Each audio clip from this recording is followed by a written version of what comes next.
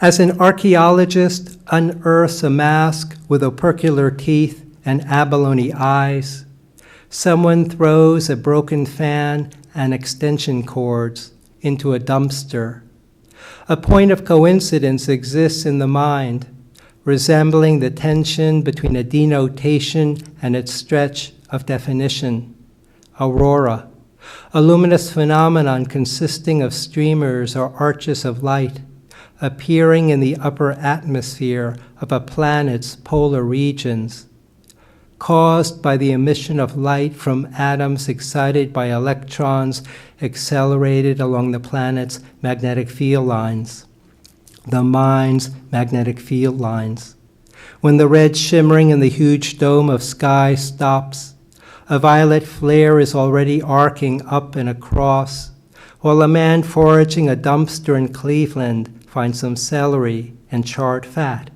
Hunger, angst, the blue shimmer of emotion, water speeding through a canyon, to see only to know, to wake finding a lug nut, ticket stub, string, personal card, ink smear, $2.76. A quacudal wooden dish with a double-headed wolf is missing from a museum collection, and as the director checks to see if it was deaccessioned, a man sitting on a stool under bright lights shouts. A pachinko ball dropped vertiginously, but struck a chiming ring and ricocheted to the left. We had no sense that a peony was opening, that 1,000 white buds of a Kyoto camellia had opened at dusk and had closed at dawn. When the man steps out of the pachinko parlor, he will find himself vertiginously dropping in starless space.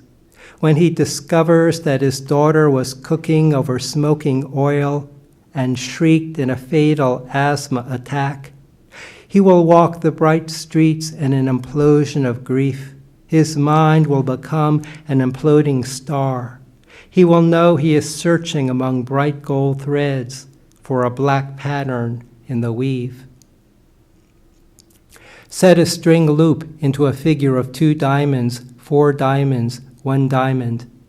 As a woman tightens her hand into a fist and rubs it in a circular motion over her heart, a bewildered man, considering the semantics of set, decides no through line exists. To sink the head of a nail below the surface, to fix as a distinguishing imprint, sign, or appearance. To incite, put on a fine edge by grinding. To adjust, adorn, put in motion, make unyielding. To bend slightly the tooth points of a saw alternately in opposite directions. As the woman using her index finger makes spiral after spiral from her aorta up over her head, see the possibilities for transcendence. You have to die and die in your mind before you can begin to see the empty spaces the configuration of string defines. A restorer examines the pieces of a tin chandelier and notices the breaks in the arms are along old solder lines and the cheap epoxy was used. He will have to scrape off the epoxy, scrub some flux, heat up the chandelier, and use a proper solder. A pair of rough-legged hawks are circling over a pasture. One hawk cuts off the rabbit's path of retreat, while the other swoops with sharp angle and curve of wings. Cirrus, cirrostratus, cirrocumulus, altostratus, altocumulus, stratocumulus, nimbostratus, cumulus, cumulonimbus, stratus. Is there no end? Memories stored in the body begin to glow. A woman seals basil in brown bags and hangs them from the ceiling. A dead sturgeon washes to shore. The sun is at the horizon, but another sun is rippling in water. It's not that the angle of reflection equals the angle of incidence, but there's exaltation, pleasure, distress, death, love. The world resembles a cuttlefish changing colors and shimmering. An apprentice archer has stretched the bowstring properly, but does not know he will miss the target because he is not aiming in the hips.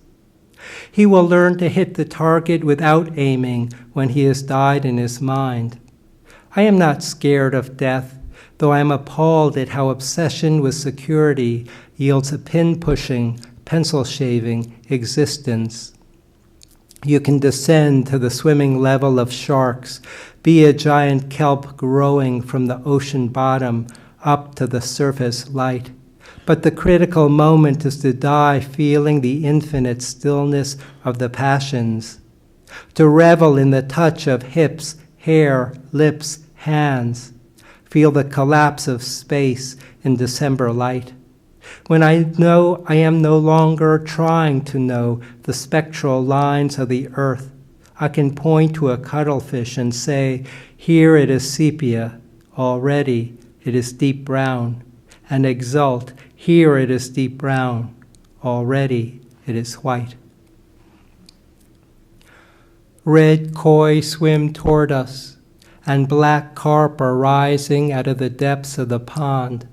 But our sustenance is a laugh, a grief, a walk at night in the snow, seeing the pure gold of a flickering candle, a moment at dusk when we see that deer have been staring at us. We did not see them edge out of the brush. A moment when someone turns on a light and turns a window into a mirror. A moment when a child asks, when will it be tomorrow? To say a bell cannot be red and violet at the same place and time because of the logical structure of color is true, but is a dot that must enlarge into a zero, a void, enzo, red shimmer, breath, endless beginning, pure body, pure mind.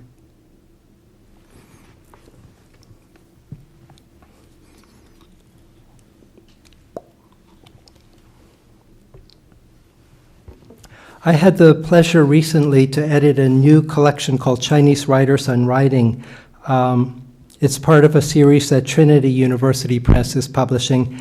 And I wanted to focus on modern contemporary Chinese literature. So I selected 41 essays by leading Chinese writers from 1917 to 2010. And it included writers who lived or live in China, Hong Kong, Taiwan, but also writers who left China or were kicked out of China. So there are Chinese writers living in France, the United Kingdom, Canada, and the United States. And I enlisted the help of about 40 translators around the world. And many of these essays are appearing in English for the first time. Many American readers at this point have heard of the Misty School generation, a group of poets that emerged out of China during Democracy Wall and after the Cultural Revolution. And in many ways, that generation of poets were discovering imagism or discovering their own possibilities of writing imagist poetry through Ezra Pound and T.S. Eliot. And they laughed because they couldn't read classical Chinese. All the schools and universities were closed for 10 years. When they opened and reopened, this torrent of Western translations poured into China, and it was all about learning from the West. And at least at that early stage, it was sort of not wanting to look too much at the classical past. That's, of course, changed. But so poets like Bei Dao, who edited Zhentian today, published a new generation of poets, including Gu Cheng, Xu Ting, Yang Lian. And they wrote a kind of veiled imagist poetry that the establishment found hard to pin down. So misty was a pejorative term. It was like, we don't understand this. It's misty. It's obscure. And then the poets decided they liked that term, so they started calling themselves Misty School poets. And then another wave of poets came after them, and they're usually referred to as post-Misty School poets. And for the purpose of this talk, I'm going to read from a manifesto by Yu Zhen, who worked as a welder during the Cultural Revolution. And in 1995, he published a manifesto called The Brown Notebook, which in many ways was inspired by Wittgenstein. Just sort of, instead of philosophical remarks, they were remarks about poetry and his goals as a poet. And then I think I'll read it and then give you a little response. But let me just say that the 19 pages, I didn't want to print the whole thing, but so they're like 2 pages, and they are repetitive and obsessive, and yet it's sort of fascinating to see this generation of poets trying to articulate their priorities. So here are some excerpts. To name is to create. The first person who named things is the first poet. After that came the era of imagination, understanding, reading, and correcting names. Chinese culture is a metaphor culture. Poetry today rejects metaphor. Rejecting metaphors means rejecting the tyranny of the mother tongue. This restores poetry's naming power. Poetry is not a noun but a verb. Poetry is its own reason for being. Poetry begins from language and ends in language. Poetry is a language game that kills metaphors. The more metaphors it cleans, the more revealing a poem becomes. There can be no fish when the water is too clear. The fish are long gone. Let the water be clear. Let the readers see there are no fish, and let them see the water itself as liquid, temperature, and size. How difficult it is to see things before one's eyes, said Wittgenstein. Poets are the ones who say there are no fish in the water. The process of writing poetry is the process of cleaning out garbage. A poet is not a genius or a romantic prince or a martyr. A poet is a worker in a factory, a language operator. A successful poem means it has successfully cleaned all metaphors, therefore liberated its readers. Poetry is not a way of observing life, it is a way of living life. Poetry mocks those who look for depth and essence. Poetry is naming, it's as simple as that. Return to where the language came from. Return to the time before metaphor. How? I can't answer. It's poetry. So that's an example of Eugene trying to work out his own aesthetic goals, and he later, 10 years later, that appeared in 1995 and in 2007, and I also have an interview from that excerpt. He said, well, it's impossible. If you're writing in Chinese, you cannot escape metaphor, and I was doomed, and where was I thinking about that? But as a document, it was a wonderful sort of stage where he was trying to articulate his priorities as a poet. Here's a poem. I'm going to read just a few last poems and then open it up for a question and answer. And the issue of naming in terms of the lineage of classical Chinese literature goes all the way back to Taoism. But it seemed to me, and I like naming for its kind of incantation and spell, but it seems to me you've got to be able to do more than that syntactically. You can have a list inside of something larger, but just naming by itself is almost like one thread, and I like to braid lots of different threads. This is called Oxhead Dot.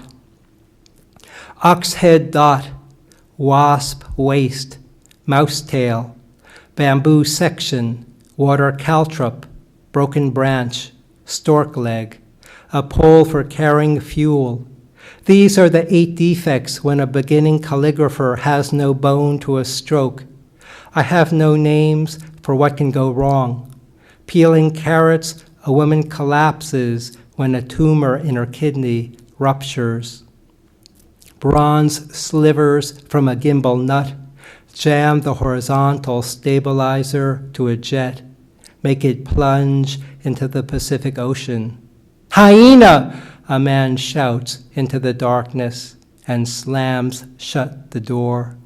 Stunned, I hear a scratching, know that I must fumble, blunder, mistake, fail.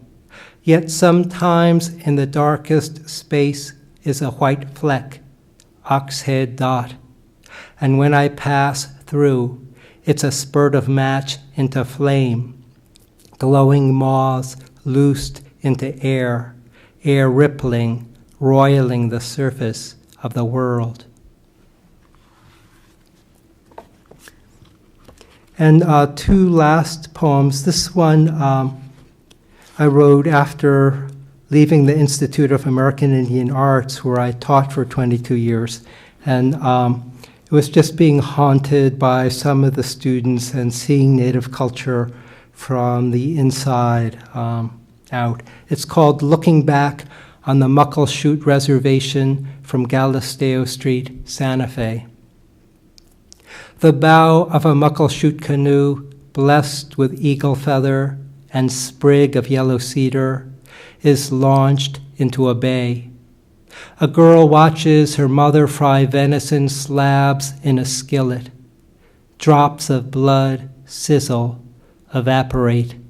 Because the neighbor feeds them, they eat wordlessly.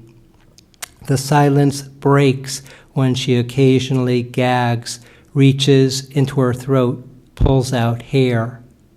Gone is the father, riled, arguing with his boss, who drove to the shooting range after work. Gone the accountant who embezzled funds, displayed a pickup, and proclaimed the winning flush at the casino.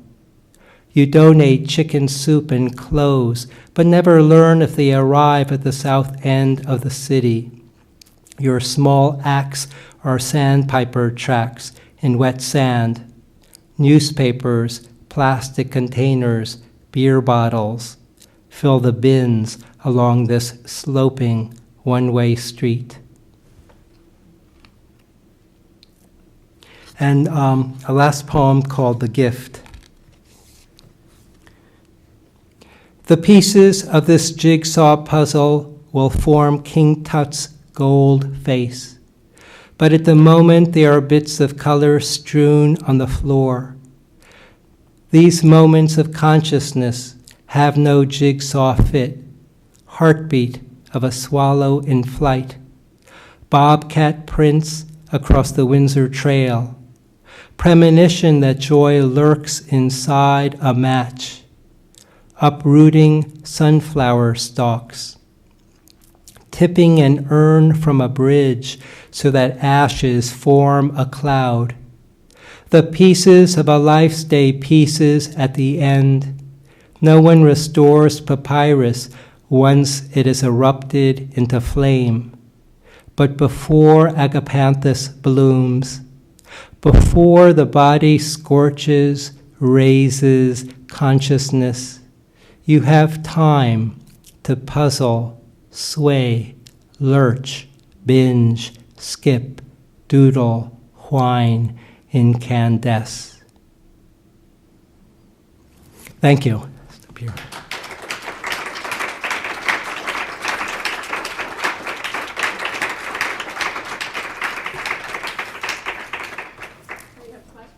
I think we have a few minutes if someone has a question or...